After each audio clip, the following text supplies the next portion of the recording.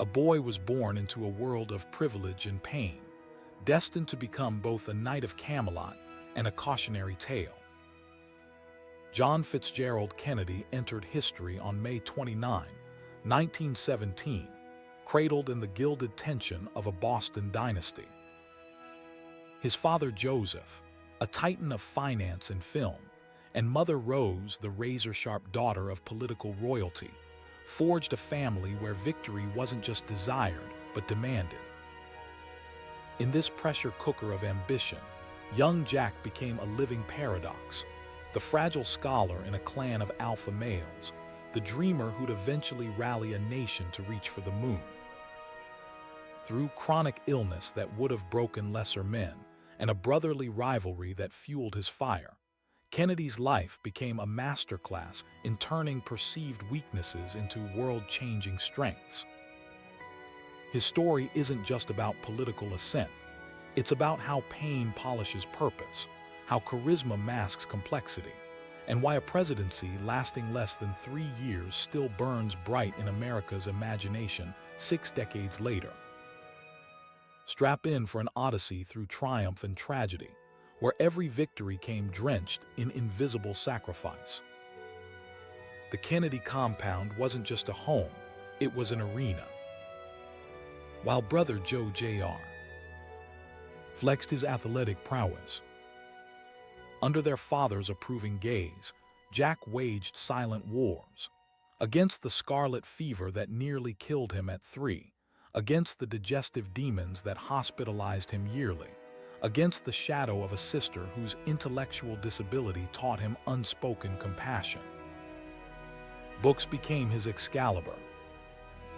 While others played football, young Jack journeyed through Arthurian legends and military histories, his mind forging armor of ideas.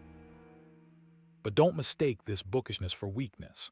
When PT-109 was sliced in half by a Japanese destroyer, it was the scholar-turned-soldier who led his crew through shark-infested waters, a burned sailor's life vest clenched in his teeth.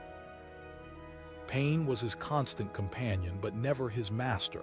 He joked about medical procedures like a stand-up comic, turning agony into anecdotes. The White House became his round table, but Camelot had cracks. That same quick wit that chartered nations charmed women into his bed, leaving a trail of whispered scandals. The man who stared down Soviet nukes couldn't conquer his own compulsions. Yet in his wife Jackie he found an intellectual equal, their shared love of French poetry and history creating bonds that endured despite betrayals. Together they transformed presidential politics into performance art, televised press conferences where his Dartmouth sweatshirt humanized him, state dinners shimmering with cultural renaissance. But behind closed doors, steroid shots fueled by Addison's disease kept him standing, while back braces bit into his flesh during those iconic speeches. His 1,000-day reign shook the world, facing down Khrushchev's missiles with ice-veined pragmatism, sparking the space race's fuse, quietly laying groundwork for civil rights breakthroughs he wouldn't live to see. The ultimate irony. The man who cheated death since childhood met it abruptly in Dallas sunshine, his murder spawning conspiracy theories like Hydra heads.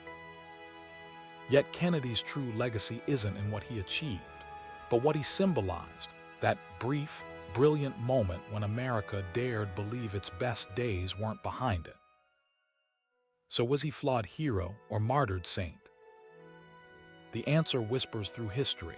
He was human, gloriously and tragically undiminished by time. The boy who read of Arthur now rests beneath eternal flame, a reminder that leadership isn't perfection, but the courage to keep reaching beyond the stars even when your body begs you to stop.